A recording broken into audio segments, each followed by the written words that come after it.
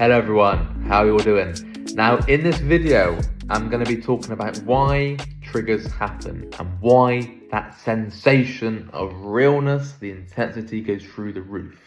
Okay, so this is how it operates. When you're triggered, and this is what really helped me, and this is what I advise people in coaching calls. When you're triggered, it is showing you the conditional acceptance, whether that's life, self, or others. Okay, so for example, when I was triggered by something, it always led to something that I couldn't accept. Okay, so let's say I was walking along in the street and I had an intrusive urge and I was triggered by that intrusive urge. I was triggered that I acted out on the urge. Okay, now what that boils down to is the conditional acceptance of ourselves, even if we acted out upon that urge. Okay. Remember, conditional acceptance means accepting yourself only if you do this, but not if you do that. Okay, so let's say only when you succeed, but not when you act immorally. Right? That's conditional because there are conditions attached. That's only if this, but not if that. And that leads to emotional disturbance, and that is what OCD is targeting.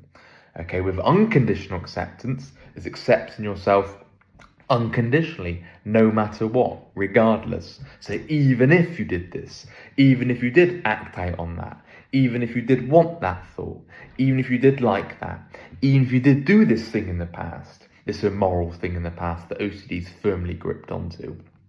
Okay, so view it like that. When you are triggered, when you are feeling uncomfortable, when you're just feeling on edge by something, okay, whether that's something in the past, whether that's something that's just happened, whether you just had an overwhelming trigger that's taken you off your feet, remember, it boils down to the conditional acceptance. Okay, let's look how this plays a part with the conditional life acceptance. Now, let's say you're triggered, this is fear of fear is a big one here. So let's say you're triggered about being stuck forever, right? Now, what used to happen with me was when I was triggered, I'd be triggered by the initial fear. So let's say it could be a harm OCD fear, a POCD fear, a HOCD fear. So whatever it was, it normally related to a specific fear. But then what would happen with fear and fear, I'd then be triggered by being stuck in that feeling forever. So getting triggered about being triggered, if you wish, right? So you're scared of being stuck that way forever, being trapped in that triggered state forever, okay? Now, I'll show you how conditional life acceptance plays a huge part in that, okay? Because remember, yet again, when you're triggered, it boils down to the conditional acceptance being applied by yourself. So in that moment, you are stating that I cannot feel this way forever, okay? So I cannot accept my life if I felt this way forever. I could not be at peace with my life if I felt this way. Okay, life is no good. Life is meaningless.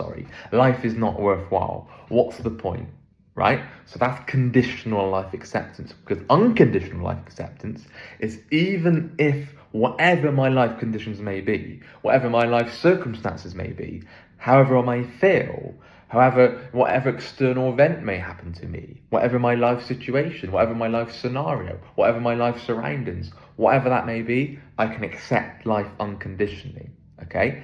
That's not just rolling over and not giving a shit about how your life looks, of course not, right?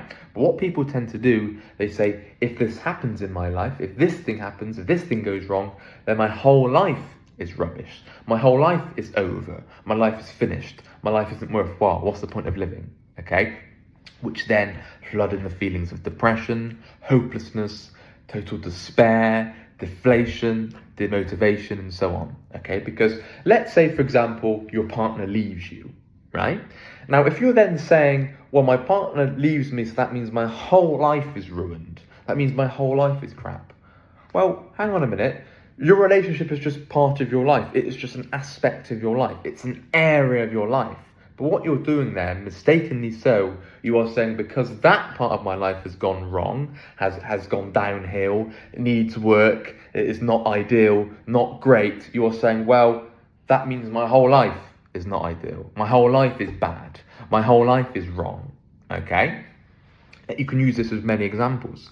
Let's say you've done wrong and you're in jail, for example, okay? Because OCD is going after those kind of taboo-related fears.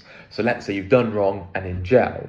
Now, let's say your circumstances in jail are going to be very challenging, very difficult. Of course they are, okay? But what you're then saying, if my circumstances right now are bad, are difficult, if life is challenging, then my whole life is challenging, that my whole life will never get better, that I will always be stuck like this, okay? So you can see what it's doing there. So when you're triggered by things, it's always look for the conditional acceptance that you're holding, okay?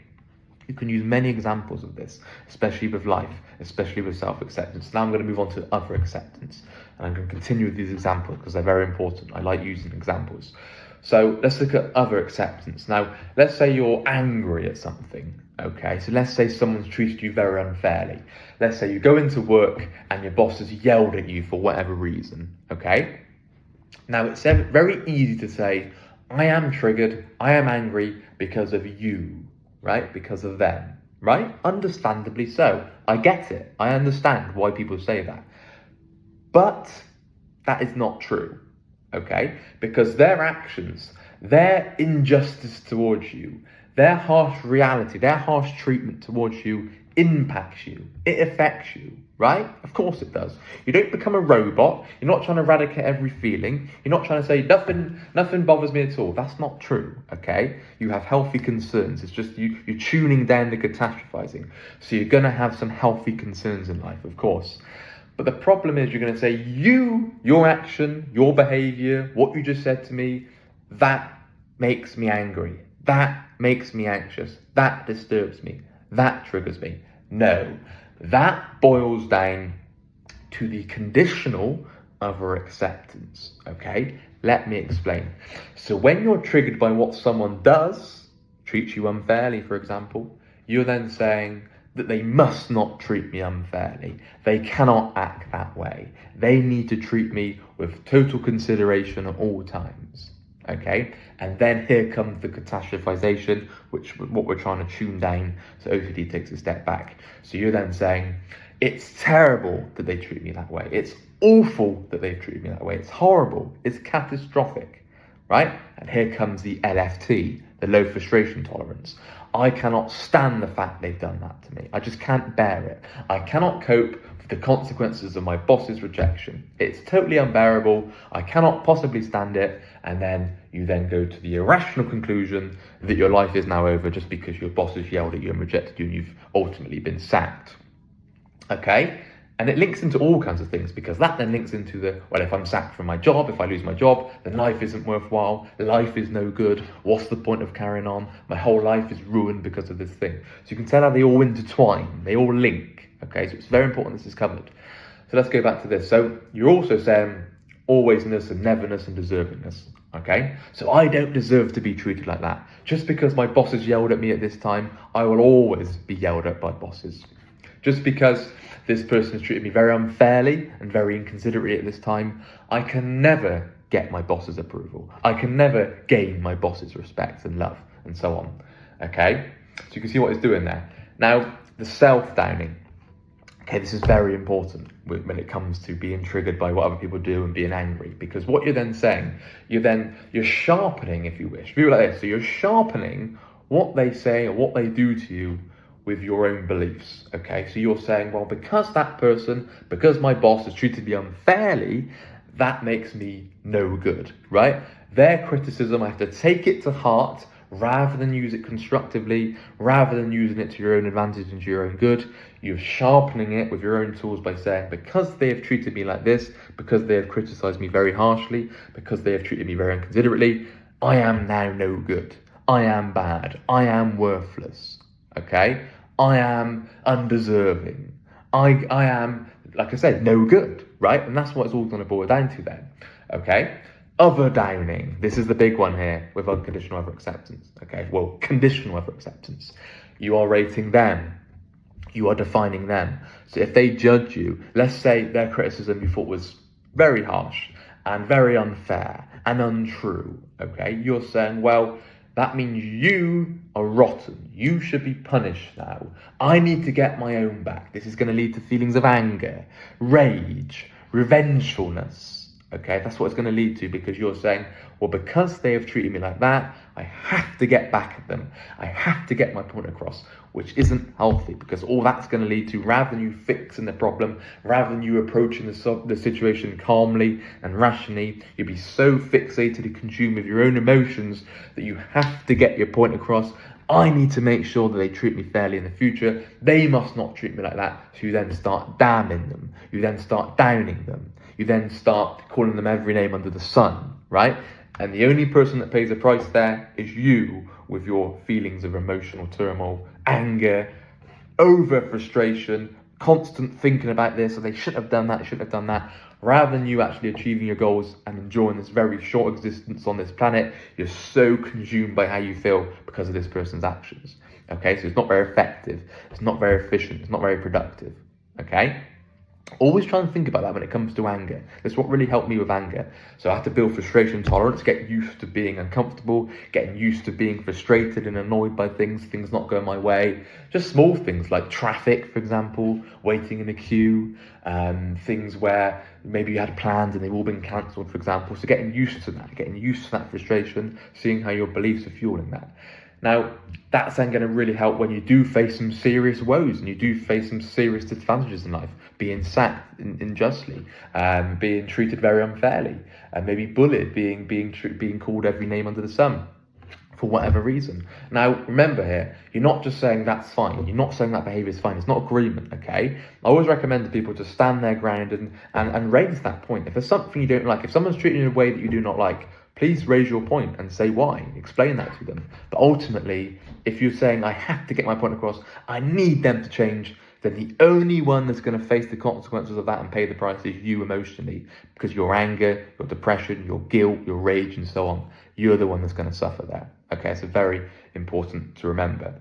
Okay, so you are triggered due to conditional acceptance. Really try and root it out. Why am I triggered? Okay, well, I'm triggered because I cannot accept myself, whatever this may be, right? Remember when my brain used to scan for things in the past over and over and over again with relevant false memory? It was always looking for that thing that crossed the imaginary line in my head, that crossed the imaginary boundary. Okay, so let's look at like moral things, right? Because moral scrupulosity was a big one for me. So if I'd done something that was crossing that line, right, you cannot accept yourself if you've done that. If you've done this, yep, you can accept yourself, but if you've done that, then no, okay? So yet again, it's showing you that conditional acceptance. It all boils down to that, okay? Hence why we talk about it so much and we highlight the importance of it. Unconditional acceptance does exactly what it says on the tin. Unconditional, accepting ourselves even if the worst case was true, even if we have done the thing that we fear, even if it was real. That's not saying it is real. That's not saying you have done what you fear. It's even if you have, okay? It's not agreement. It's not liking it. It's not justifying it. It's not excusing any behavior. It's not, okay? It's just saying that even if you did, how you could be at peace with yourself unconditionally, have compassion, understanding, empathy, acceptance, and so on. Because otherwise, you're just going to go from swaying from left to right, getting triggered, blowing like the wind, okay? And that's what I was like for years, because I'll give an example. I remember getting under one specific thing. For example, let's say I got under a trigger with harm OCD, right? So I can say, okay, I can maybe accept that. And then within seconds, it would switch up to maybe POCD. It would switch up to any kind of taboo, sort of sexual natured or violent natured theme. That's what it's going to go after, okay? So it's going to go after that next thing you can't accept. That's what it does. It's not going after, you stole a chocolate bar when you were 10 years old, you can never be let off the hook. Maybe if you've got stealing chocolate bar OCD, maybe, but usually it's not going after that. It's taking it up a notch, isn't it? You know, people in calls say, Sam, I'm so nervous to say this to you. I'm so scared to say this. But then remember, OCD, the reason that you're scared of saying that, because OCD is going after that thing you can't accept, right? If calls were just all comfortable and fluffy, we'd all sit and laugh about, oh yeah, you stole this chocolate bar when you were 10 years old, haha. But it's not going after that, is it? It's going after that thing that's crossing that imaginary line in your head, right? Hence why it takes time to break that down, with unconditional acceptance, belief work, going towards our fear, breaking down what we irrationally fear, with exposures and obviously life structure, working on life with it there and so on. Okay, so it's so important. So remember, when you're triggered, when you're feeling very uncomfortable, when the sensations are through the roof, it's due to conditional acceptance. It's important to remember that, because often when we're triggered, we get so caught up in the realness factor. We get so caught up in the intensity element. It's like, well, no, this one's different. This one's real. This one's the exception. No, I've got to work this out. I've got to do a compulsion. I've got to work this one out. This one's different. That's how it's going to feel. Okay, and that's why people remain in the OCD cycle, because this one always feels different. That one's OCD, but this one's different. That's how it's going to feel. Okay, so try and keep it like this. View it like this. When you're triggered, it comes down to a conditional acceptance of you, somebody else, or life in general. Okay? Very important to remember. If you're struggling with that, if you need help with that, please get in touch. Please email phil@ocdrecovery.com. I'm Sam. I got Rob, Momin, Nick, and Gemma, who does coaching calls here. You can get in touch with one of us here, booking calls, and a tailor-made, specialised approach to your OCD journey, so where you're getting stuck, all the behaviours you're doing, all the beliefs you're holding, the very rational, black and white, rigid beliefs that you're holding, which is currently holding you back and therefore keeping you stuck in the OCD loop. Okay? You can get there. You can break free. There is so much hope, and you've got this. Take care. Bye-bye.